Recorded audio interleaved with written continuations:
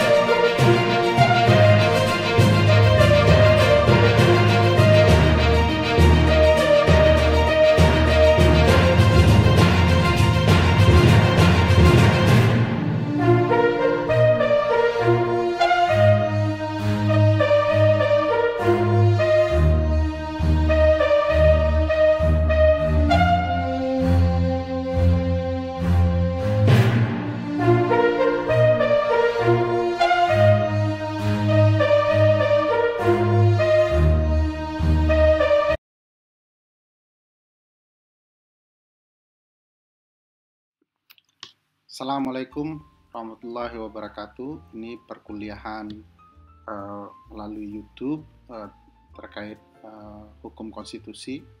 Saya sesungguhnya menamakan perkuliahan ini teori dan hukum konstitusi. Hari ini kita akan membahas soal klasifikasi konstitusi dan muatannya. Buku pegangan yang saya gunakan adalah buku Charles Frederick Strong atau dikenal dengan C.F. Strong. Bukunya berjudul A History of Modern Political Constitution, yang di dalam terjemahan berbahasa Indonesianya berjudul Sejarah Konstitusi Modern atau Konstitusi Modern saja.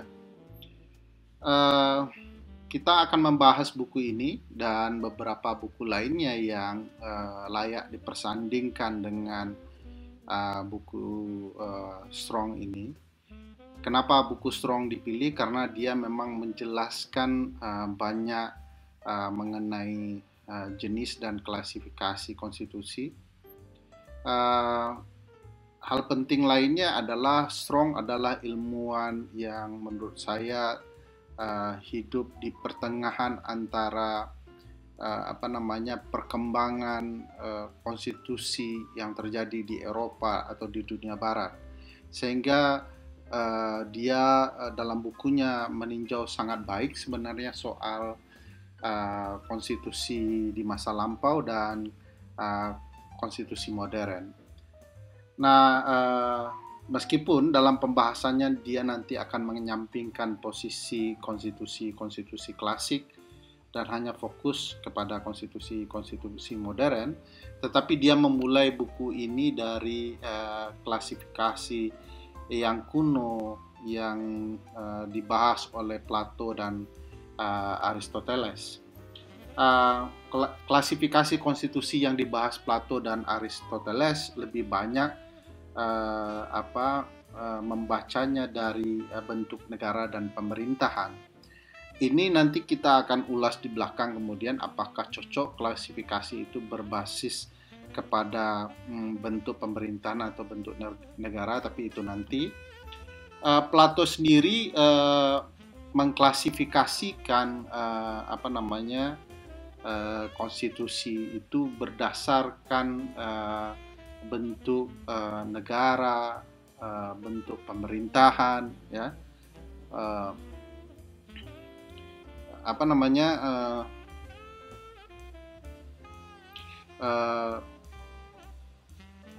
tentu saja pengklasifikasian yang dilakukan Plato itu dan Aristoteles itu tidak memuaskan banyak pemikir konstitusi modern saat ini. Oleh karena itu memang klasifikasi jenis klasik yang dikemukakan oleh Plato dan Aristoteles hanya akan menjadi pengantar awal perkuliahan kita. Plato membagi 5 rezim pemerintahan. Oleh karena itu tentu ada 5 klasifikasi konstitusi juga menurut Plato. Satu, konstitusi aristokrasi, yaitu konstitusi yang merupakan wujud dari pemerintahan satu orang raja yang bijaksana. Dia semacam filsuf, ya, raja yang filsuf, bijaksana. Di dalam konstitusi ini terdapat 3 kasta. Satu adalah kasta the ruling class, ya, filsuf, kasta para filsuf. Kata Plato, ini hatinya terbuat dari emas. Lalu ada kasta dari the auxiliary ruling class atau kelas para tentara. Hati mereka menurut Plato terbuat dari perak. Dan ketiga adalah kasta masyarakat luas yang hatinya terbuat dari tembaga. Ini mungkin menjadi bagian story awal kenapa kemudian untuk kompetisi-kompetisi olahraga atau kompetisi-kompetisi lainnya, penghargaan juara itu juara satunya emas, juara duanya perak, dan juara tiganya tembaga, begitu ya. Muncul itu ya. Nah, ini menunjukkan kelas emas, perak, dan tembaga. Lalu konstitusi jenis kedua adalah konstitusi timokrasi. Timokrasinya ini adalah bentuk perpaduan yang buruk antara pola aristokrasi dan oligarki, ya. Dia menggabungkan 2 jenis. Oligarki itu sendiri yang menjadi klasifikasi ketiga adalah konstitusi yang berdasarkan pemerintahannya memisahkan si miskin dan si kaya. Jadi ini konstitusi kelas, ya, orang kaya dan orang miskin dipisahkan. Lalu keempat adalah konstitusi demokrasi. Konstitusi ini bagi Plato lebih buruk dari oligarki. Oligarki itu sudah buruk, ya, gitu ya. Dia turunan dari demokrasi. Jadi semakin lama semakin buruk nih. Aristokrasi memburuk menjadi timokrasi, timokrasi memburuk menjadi oligarki, oligarki memburuk menjadi demokrasi. Demokrasi yang dipahami buruk oleh Plato dan juga nanti oleh Aristoteles bukan demokrasi sebagaimana yang kita pahami saat ini. Ini lain hal. Karena perspektifnya waktu itu berbeda dengan perspektif sekarang, kondisinya juga berbeda. Demokrasi dianggap buruk, konstitusi jenis ini, karena memang kemerdekaan utama dijunjung, tetapi juga terdapat perbudakan di dalamnya. Bahkan dalam sudut tertentu Plato menyamakannya dengan anarki. Jadi orang bebas melakukan apa saja sesuai kehendaknya. Akhirnya dia juga bebas menjadikan orang yang lain menjadi budaknya. Jadi kebebasan tanpa batas. Berbeda tentu dengan konteks demokrasi kekinian. Yang terakhir, konstitusi tirani yang digagas oleh Plato. Tentu saja itu lebih buruk dari demokrasi. Hukum tidak eksis di dalam konstitusi jenis ini. Terjadi kekeosan di mana-mana. Jadi ini jenis yang disampaikan oleh Plato. Bagi Strong, Plato sendiri memiliki masalah karena dia ragu sepertinya di dalam beberapa bukunya. Dia ada bukunya tentang Republik dan satu lagi soal Politikus. Ada keraguan di sana soal jenis-jenis klasifikasi konstitusi itu di buku Republik dan di buku politikus atau statesman itu berbeda klasifikasinya. Mungkin karena dia juga manusia, berkembang cara berpikirnya. Oleh karena itu Strong tidak terlalu fokus membahas klasifikasi konstitusi yang dikemukakan Plato. Strong lebih tertarik dengan klasifikasi konstitusi yang dikemukakan oleh Aristoteles, muridnya Plato. Aristoteles membagi dua saja klasifikasi konstitusi. Ini memudahkan teman-teman mahasiswa mengingat bahwa Aristoteles hanya membagi dua konstitusi, yaitu konstitusi yang baik, good atau true, dan kedua konstitusi yang buruk atau bad constitution atau perverted constitution atau konstitusi sesat. Kriteria Aristoteles berbasis kepada bentuk pemerintahan yang diyakininya, yaitu oleh satu orang, sekelompok orang, dan oleh banyak orang. Oleh Aristoteles ini ada siklus tersendiri. Jadi dia berputar dari pemerintahan satu orang yang baik, satu orang kemudian menjadi pemerintahan yang buruk, lalu satu orang itu berganti menjadi pemerintahan beberapa kelompok yang baik, lalu berganti beberapa kelompok yang baik ini dengan beberapa kelompok yang buruk, lalu terjadi perubahan pemerintahan menjadi pemerintahan banyak orang yang baik, lalu pemerintahan banyak orang yang buruk. Nah, konstitusi baik dan buruk berbasis bentuk pemerintahan itu dikenal dengan Aristoteles siklus ya. Aristoteles bahkan percaya diri di dalam bukunya bahwa dia mengklasifikasikan cukup lengkap ya, cukup khusus karena dia melakukan semacam penelitian terhadap 158 konstitusi di eranya, dari negara Yunani hingga Barbarian. Jadi dia teliti, rajin sekali dialah. Pokoknya Aristoteles melakukan penelitian itu dengan detail dan dia menemukan dua itu saja. Ini konstitusi baik, ini konstitusi buruk, tetapi berbasiskan kepada pemerintahan. Dia menyebut konstitusi yang pemerintahan satu orang baik itu disebut sebagai monarki atau royalty, lalu akan berubah, orang baik yang satu itu menjadi orang ya keturunannya kemudian ya raja-raja yang lain kemudian berubah menjadi buruk. Nah, ketika pemerintahan satu orang konstitusional satu orang ini berubah menjadi buruk, maka dia berganti menjadi konstitusi yang tirani atau despotik ya. Kemudian orang yang buruk ini, satu orang buruk, raja buruk ini, raja lalim ini, kemudian ditentang oleh sekelompok orang baik yang kemudian menguasai negara, lalu memerintah. Nah, beberapa orang baik ini disebut aristokrasi, pemerintahan konstitusional aristokrasi. Lalu lama-kelamaan orang yang beberapa ini juga akhirnya berganti dengan beberapa orang baru, atau beberapa orang ini kemudian berubah perangainya menjadi buruk, maka jenis pemerintahan konstitusionalnya berganti menjadi korup, bermasalah ya, mementingkan kelompoknya saja, sehingga pemerintahan konstitusional ini berganti menjadi oligarki. Lalu oligarki ini lama-kelamaan juga ditentang oleh banyak orang, maka oleh Aristoteles disebut pemerintahan politi.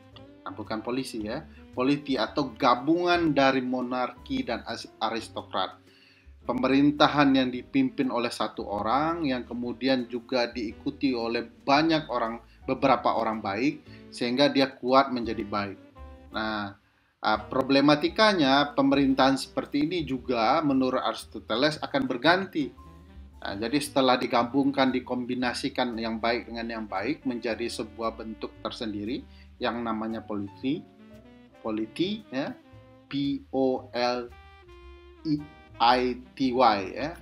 POLITY gitu ya, yang menggabungkan bentuk monarki dan aristokrasi itu. Lama-lama juga akhirnya timbul penentang-penentang kebaikannya, lalu beberapa orang menjadi besar menentang mereka, sehingga dinamakan pemerintahan konstitusional demokrasi, pemerintahan oleh banyak orang gitu ya. Dan tentu saja ini buruk bagi Aristoteles, saya sudah sampaikan tadi. Karena banyak orang itu banyak kepentingan, semua didengarkan, mirip-mirip lah pemerintahan konstitusional medsos begitu ya. Semua orang merasa jago, semua orang ingin didengarkan perspektifnya paling benar. Nah, akibatnya negara itu runtuh dengan perspektif banyak orang itu dan merasa berkuasa, sehingga terjadi kekeosan dan merusak. Sehingga demokrasi itu dibilang oleh Aristoteles mirip atau bahasa lainnya adalah mobokrasi. Dan tentu di zaman modern dua hal ini dibedakan ya, antara demokrasi dan mobokrasi. Tapi di awal-awal itu para pemikir ulung seperti Aristoteles menyamakannya. Lama-lama pemerintahan banyak orang yang chaos yang bernama demokrasi atau mobokrasi ini akhirnya dijatuhkan oleh satu orang baik ya, yang kemudian mengubah segala-galanya, kembali kepada siklus satu orang baik. Jadi berputar ya, siklus orang baik yang satu ini juga akan berubah nanti di kemudian hari menjadi satu orang yang buruk. Nah, ini bentuk pemerintahan yang juga menjadi klasifikasi konstitusi versi dari Aristoteles di dalam penjelasan buku Strong yang saya ungkapkan tadi. Ini salah satu klasifikasi sangat klasik ya. Aristoteles sebenarnya menekankan kepada soal-soal pentingnya mengutamakan keselamatan rakyat di dalam bukunya dan upayanya mengklasifikasikan konstitusi. Dia mengutamakan itu karena pada dasarnya ada kondisi di mana rakyat menjadi korban dan kemudian timbul kekhawatiran besar publik karena pelayanan terhadap publik berkurang. Oleh karena itu Aristoteles merasa penting untuk dilakukan atau memastikan bagaimana perlindungan terhadap rakyat itu dapat terjadi. Jadi inti utama dari konstitusi menurut Aristoteles adalah memastikan keselamatan rakyat. Jadi bahkan Aristoteles mengatakan seluruh tindakan warga negara dan politisi termasuk di dalamnya yang tidak terikat dengan kehendak dari konstitusi tidak dapat ditoleransi.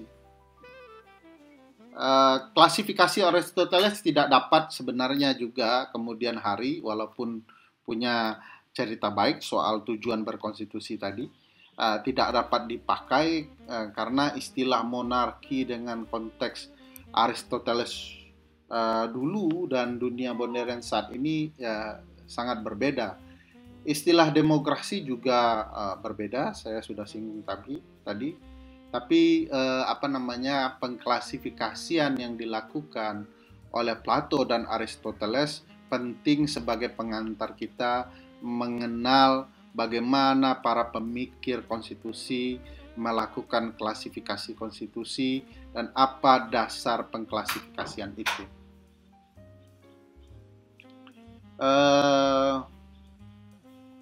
Juga terjadi di abad pertengahan ketika pengkaji konstitusi seperti Montesquieu, Rousseau bermunculan.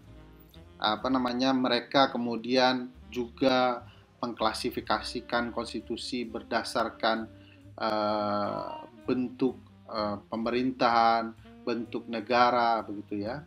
Misalnya bentuk pemerintahan dan bentuk negara dua hal yang berbeda. Di kuliah berikutnya kita akan bahas itu. Salah satu yang kemudian mengkaji klasifikasi itu adalah Charles Baron Descondat de Montesquieu ya, Montesquieu atau apapun cara penyebutan di dalam bahasa Prancis. Montesquieu membagi menjadi 3, yaitu konstitusi republik, konstitusi monarki, dan konstitusi despotik. Republik adalah kemudian pemerintahan perwakilan yang kemudian memperjuangkan kepentingan rakyat banyak. Konstitusi monarki adalah pemerintahan satu orang yang juga memperjuangkan kepentingan rakyat banyak, atau kalau meleset menjadi kepentingan para bangsawan. Dan ketiga adalah pemerintahan despotik ya. Despotik itu tentu saja pemerintahan yang dikendalikan oleh satu orang yang kemudian bertindak sewenang-wenang tanpa memikirkan kepentingan yang lainnya. Jean-Jacques Rousseau juga Jean-Jacques Rousseau juga membagi konstitusi menjadi beberapa jenis, tetapi dia hanya terfokus kepada bentuk republik ya, perwakilan. Dia membagi konstitusi autokratik berjalan dengan sendirinya, lalu aritokratik adalah konstitusi banyak sekelompok orang, lalu demokratik konstitusi yang dijalankan secara banyak orang, agak mirip-mirip ya. Lalu pembagian konstitusi menurut Immanuel Kant, dia hanya membagi 2 saja, republik dan despotik. Nah, ini problematika kalau kita mengikuti pengklasifikasian yang dilakukan Kant adalah kalau bentuk republik dan despotik, maka tentu selain yang despotik adalah republik. Amerika republik begitu ya. Norwegia republik, Switzerland republik begitu ya. Tetapi problematikanya yang selain itu tentu akan despotik. Nah, salah satunya Inggris misalnya. Inggris tidak mau kemudian pakar-pakarnya menyebut mereka adalah bagian dari pemerintahan yang despotik atau konstitusional despotik itu. Nah, ini klasifikasi masa lalu ya yang tentu bisa sangat diperdebatkan dan menjadi dasar untuk pembahasan klasifikasi modern. Fokus kita tentu saja klasifikasi konstitusi modern, dan kita akan bahas bagaimana Strong kemudian membaginya. Menurut Strong, tidak mungkin mengklasifikasikan negara karena the totality of powers of all states is the same.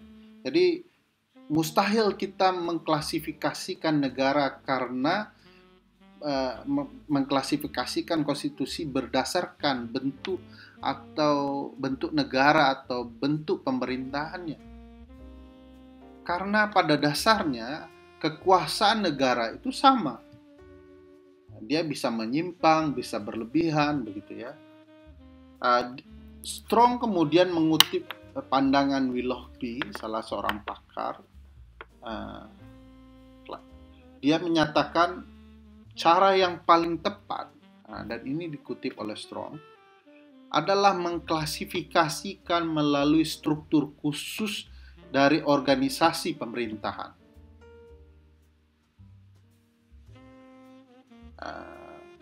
Ini akan sangat mirip bahwa dia akan fokus kepada sistem pemerintahan dalam mengklasifikasikan konstitusi. Kalau menggunakan pandangan Willoughby.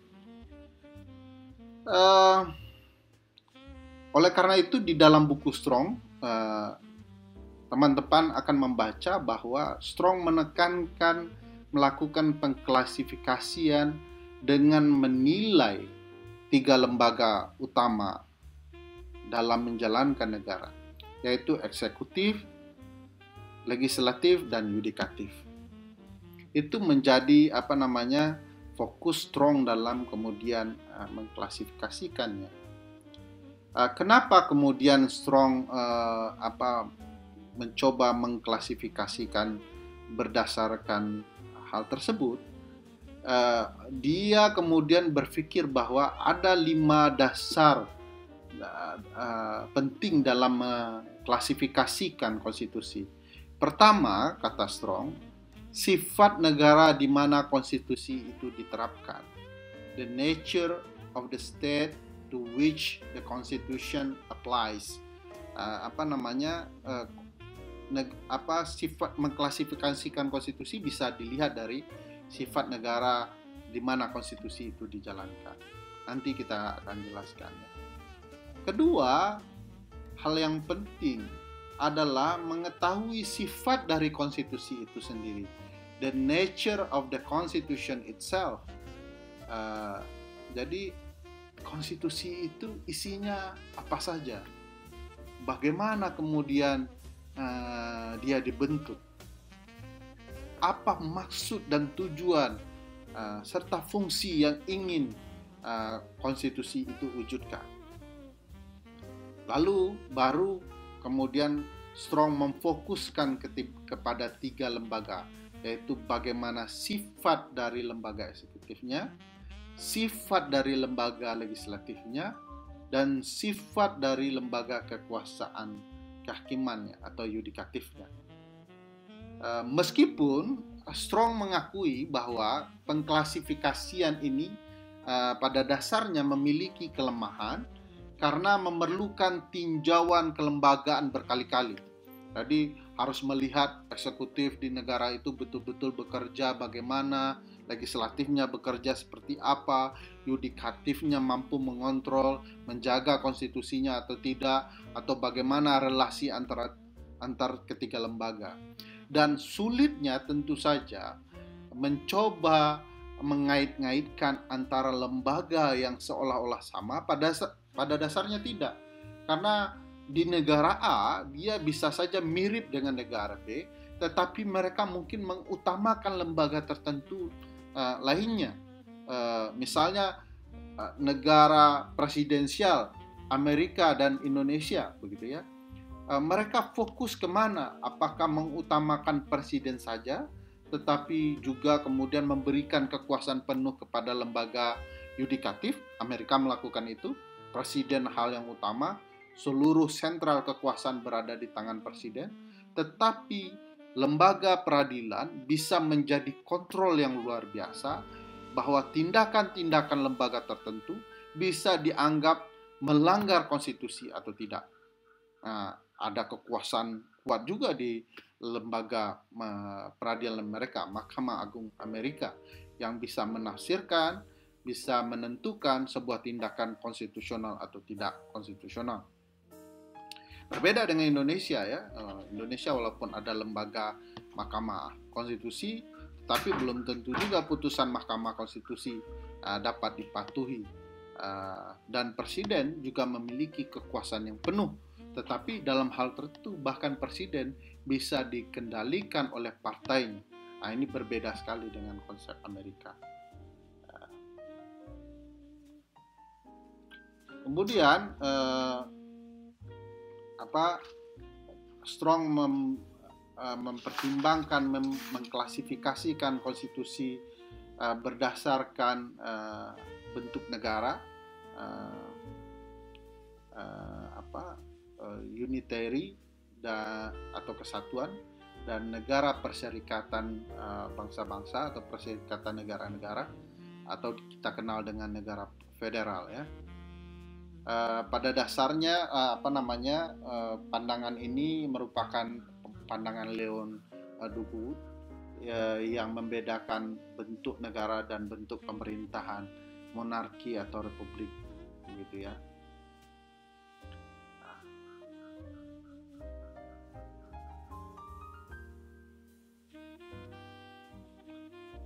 Leon Duguid membedakan bentuk negara dan bentuk pemerintahan di dalam kajian ilmu ketatanegaraan ya. Dan itu menjadi dasar kemudian konstitusi bisa diklasifikasikan berdasarkan bentuk negara dan bentuk pemerintahan.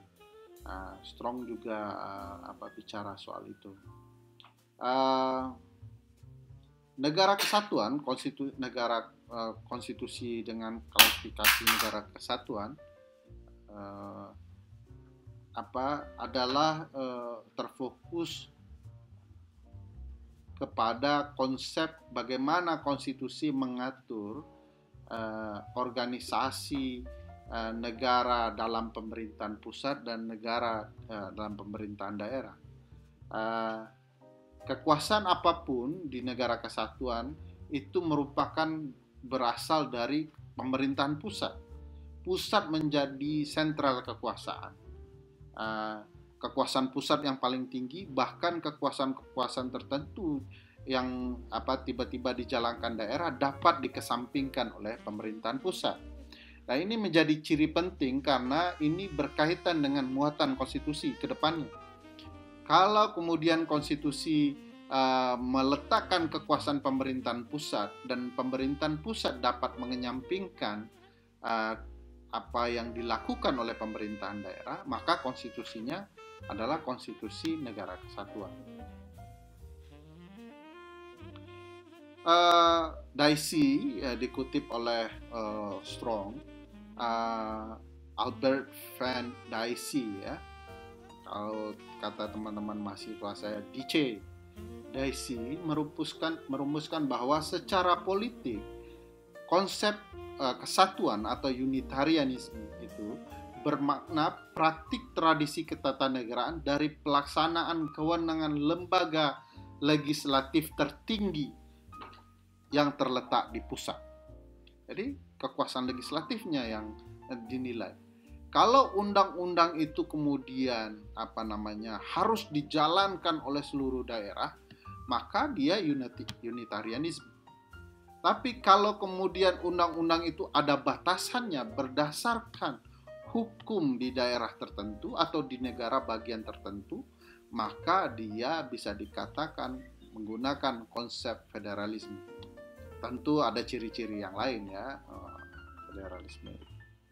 Contoh negara unitarian itu adalah United Kingdom, Prancis, Belgia dalam buku Strong.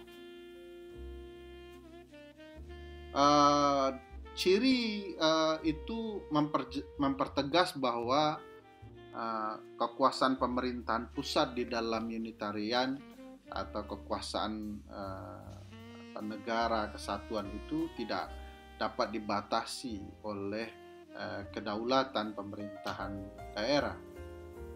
Di United Kingdom pemerintahan daerahnya kuat memang, ya,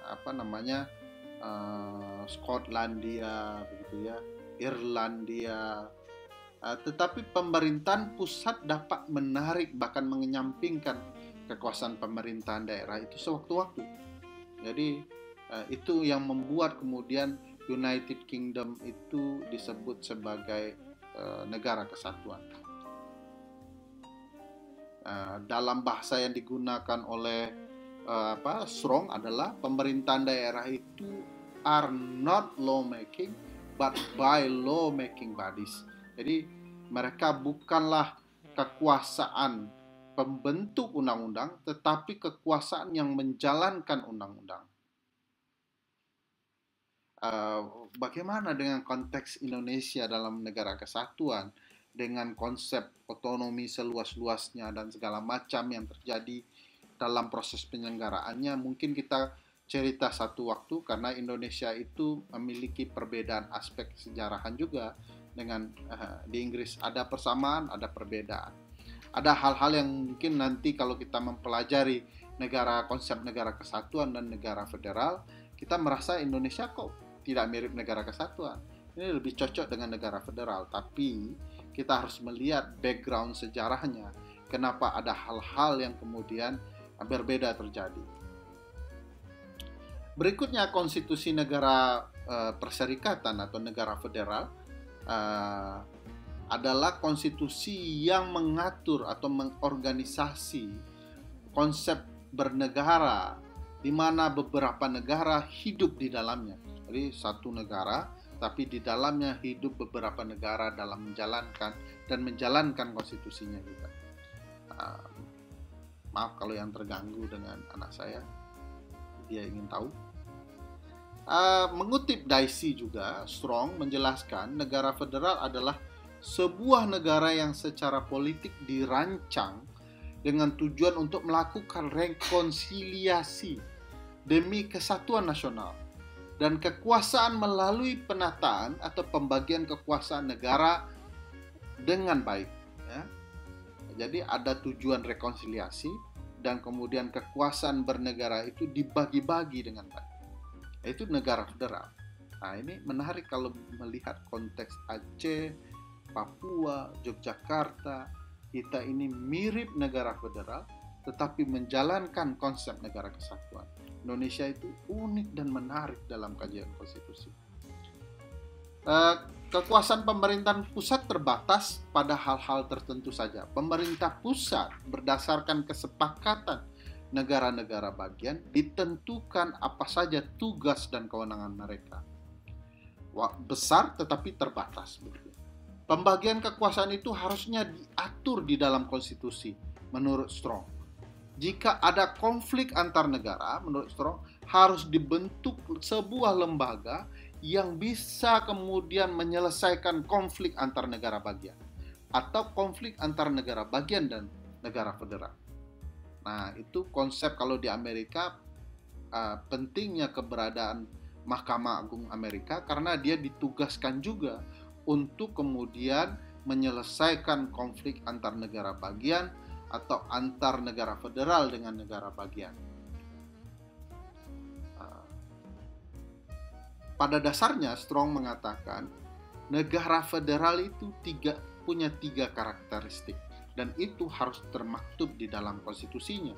Pertama, negara federal itu meletakkan ciri bahwa mereka memiliki supremasi konstitusi. Karena di sanalah kekuasaan pusat dan bagian diatur sedemikian rupa. Kedua, terdapat distribusi kekuasaan antara negara federal dan negara bagian atau coordinate state. Apa kemudian distribusinya? Untuk misalnya di Amerika untuk bisnis internasional tidak hanya negara federal yang boleh, negara bagian juga boleh, begitu ya. Untuk kekuatan militer dipegang seutuhnya oleh negara federal, begitu.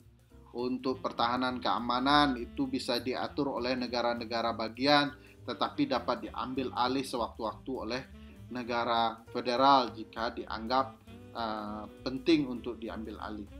Ketiga, ciri ketiganya adalah dibentuk lembaga yang suprem. Nah, jadi presiden memang jabatan penting di Amerika, tetapi lembaga yang supremnya adalah Mahkamah Agung karena dia mampu menyelesaikan konflik. Jadi itu tiga ciri penting dalam negara federal. Kalau ada itu, dia sudah bisa dikatakan mirip-mirip negara federal. Tentu saja tidak semua karakteristik itu kemudian langsung disebut sebagai negara federal. Banyak perbedaan ya dalam beberapa negara federal antara konstitusi Amerika, Swiss, Australia, Kanada. Mereka berbeda-beda. Tapi itulah pembagian konstitusi yang menurut Strong perlu menjadi klasifikasi pertama, yaitu konstitusi negara unitarian dan konstitusi negara federal, karena membawa konsekuensi kepada isi muatan dari konstitusinya. Klasifikasi kedua menurut Strong adalah klasifikasi konstitusi tertulis dan konstitusi tidak tertulis. Ya, klasifikasi tertulis dan tidak tertulis ini menarik. Ini akan panjang pembahasannya di belakang kemudian. Tapi yang jelas pembagian ini menurut Strong tidak tepat. Kenapa? Karena tidak ada konstitusi yang benar-benar tidak tertulis di dunia, atau konstitusi yang tertulis seluruhnya, gitu ya. Bagi Strong, konstitusi tertulis itu lebih tepat kemudian diklasifikasikan sebagai konstitusi yang terdokumentasi di dalam satu dokumen yang berkedudukan yang khusus. Nah, Indonesia contohnya salah satu ya. Jadi konstitusi tertulis itu lebih tepat disebut konstitusi terdokumentasi dalam satu bundel dokumen, ya, yang memiliki kedudukan khusus.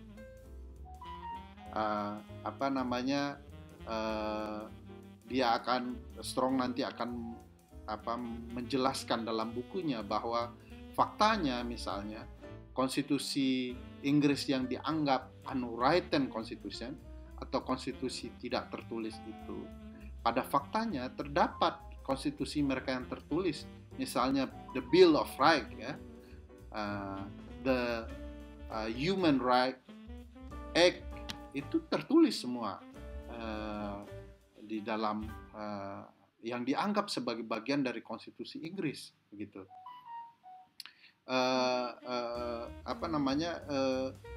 Ini perbedaan yang kemudian diperdebatkan oleh banyak ahli di kemudian hari. Apakah memang harus dirubah klasifikasi konstitusi tertulis dan ada konstitusi tidak tertulis menjadi klasifikasinya konstitusi terdokumentasi dengan baik dan konstitusi yang tidak terdokumentasi dalam satu bundel. Kalau konstitusi yang terdokumentasi dalam satu bundel itu memang dikerjakan oleh para pembentuknya dengan membayangkan kira-kira di masa yang akan datang apa saja yang berpotensi terjadi, sehingga itu dituliskan dan diatur sedemikian rupa.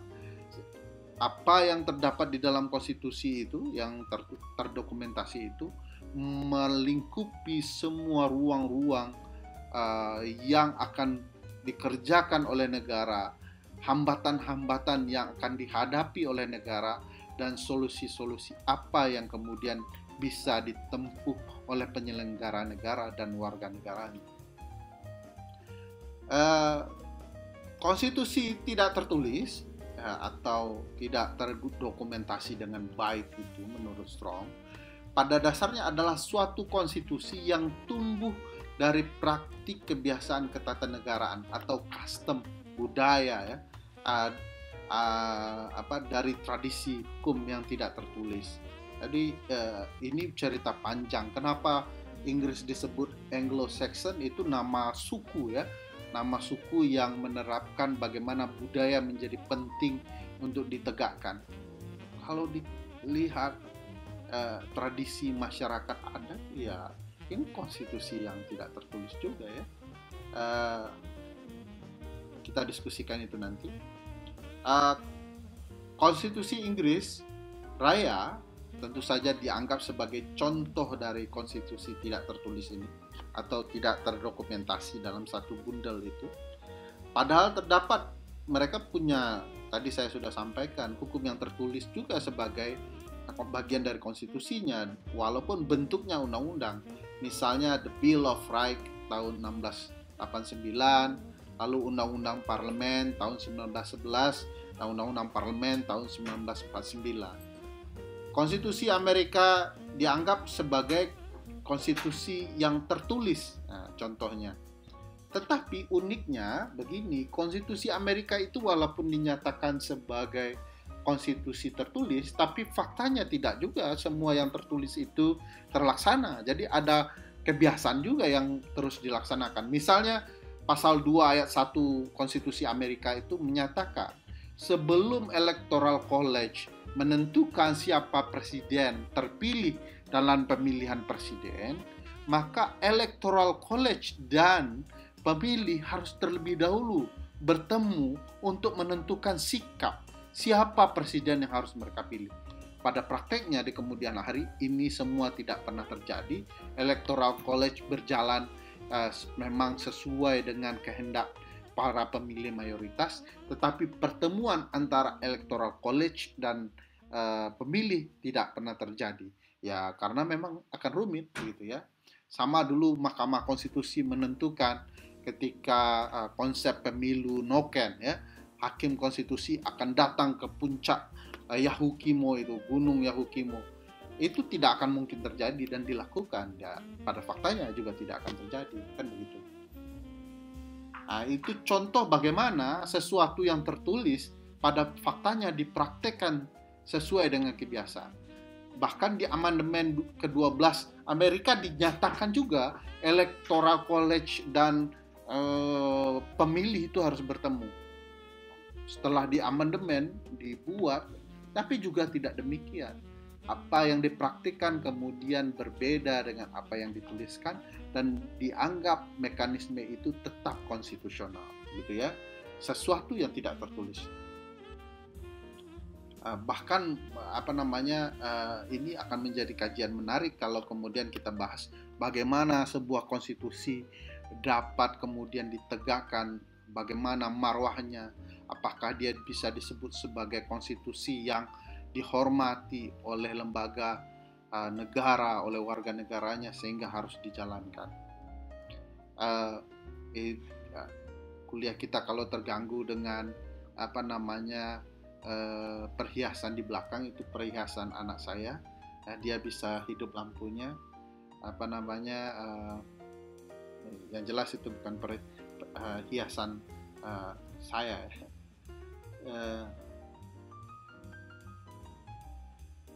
Mengenai klasifikasi konstitusi tertulis tidak tertulis, Strong menegaskan ini hanya klasifikasi ilusi, tidak ada juga yang seperti itu berdasarkan konsep praktik konstitusional di negara Inggris dan Amerika. Jadi Strong mengatakan klasifikasi yang lebih tepat itu klasifikasi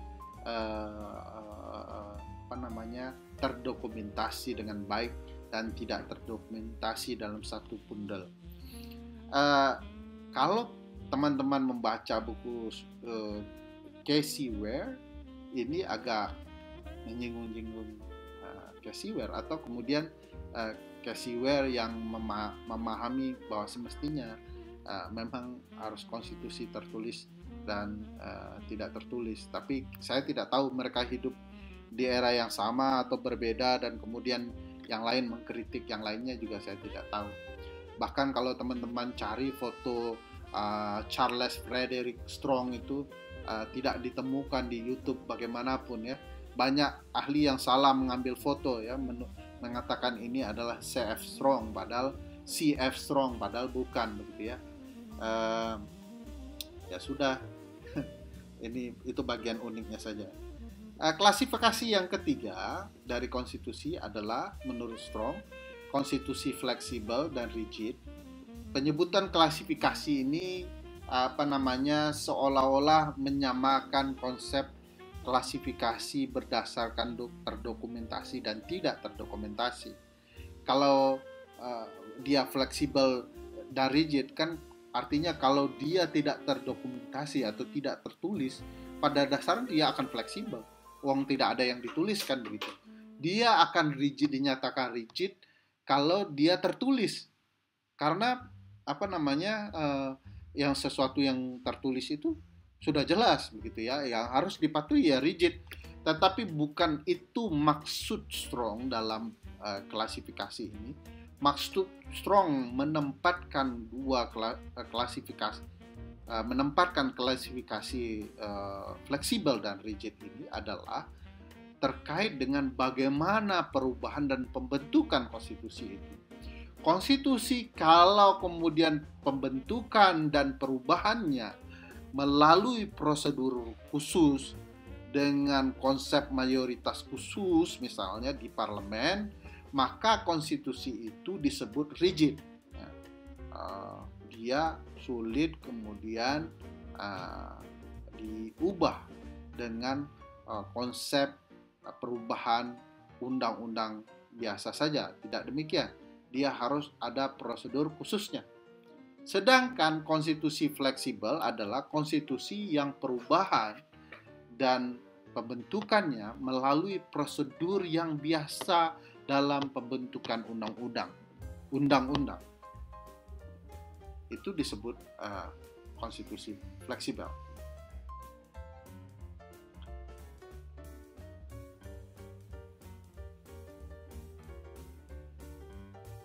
Konstitusi Inggris memang dapat disebut konstitusi fleksibel menurut Strong karena pembentukan undang-undang yang bernilai konstitusi itu ternyata sama saja dengan pembentukan undang-undang biasa. Terdapat juga negara lain yang meskipun dia mencantumkan konstitusinya dalam undang-undang, tetapi prosedur pembentukannya dibedakan dengan pembentukan konstitusi, pembentukan undang-undang yang biasa. Contohnya Strong menceritakan beberapa negara kemudian berkaitan dengan soal fleksibel dan rigid ini. Bahkan begitu juga menurut Strong di negara-negara yang menganut konstitusi rigid. Misalnya di era konstitusi bekas kerajaan Italia ya, konstitusi Sardinia, dibentuk dan diubah melalui proses legislasi biasa. Konstitusi itu. Kemudian datanglah diktator Mussolini ya. Konstitusi itu bahkan kemudian diabaikan saja kandungannya tanpa perlu diubah. Itu sebabnya ini disebut sebagai konstitusi yang fleksibel. Begitu perubahannya dengan cara biasa, orang kemudian mudah saja mengabaikannya. Mussolini contohnya, diktator ya. Oleh karena itu, setelah era Mussolini berakhir, dibentuk misalnya Konstitusi Republik Italia 1947. Italia belajar dari pengalaman pengabaian konstitusi itu, kemudian mengubah konstitusinya menjadi sangat rigid. Bahasa Strong extremely rigid ya. Jadi sangat rigid. Pembelajaran dari konsep itu menurut Strong dalam bukunya, jadi tidak semua konstitusi yang tertulis dengan sendirinya otomatis dapat dikatakan konstitusi yang rigid. Malah bisa sangat fleksibel kalau dalam prakteknya dilihat. Bahkan misalnya Strong mencontohkan konstitusi Prancis, Republik Ketiga Prancis sangat rigid karena prosedur perubahannya melalui prosedur khusus, padahal isinya pendek-pendek saja. Kemudian bahkan ada konstitusi Prancis yang panjang, konstitusi Republik Keempat Prancis, selain rigid juga panjang, serta lengkap karena tetap mempertahankan prosedur khusus untuk perubahannya. Jadi prosedurnya yang rumit, lengkap, kemudian diatur kembali di dalam konstitusi negara keempat, Republik Keempat Prancis, dan terus dipertahankan di dalam konstitusi Republik Kelima, walaupun ada beberapa perubahan ya, misalnya presiden memiliki kekhususan di dalam beberapa hal. Konstitusi Amerika menurut Strong juga bisa disebut sebagai konstitusi yang rigid karena ada 4 prosedur perubahan konstitusi. Nanti kita akan bahas konsep perubahan konstitusi di Amerika itu di kuliah yang lain ya. Tetapi ya, karena prosedurnya khusus ya, dia kemudian dianggap sebagai hal yang rigid juga.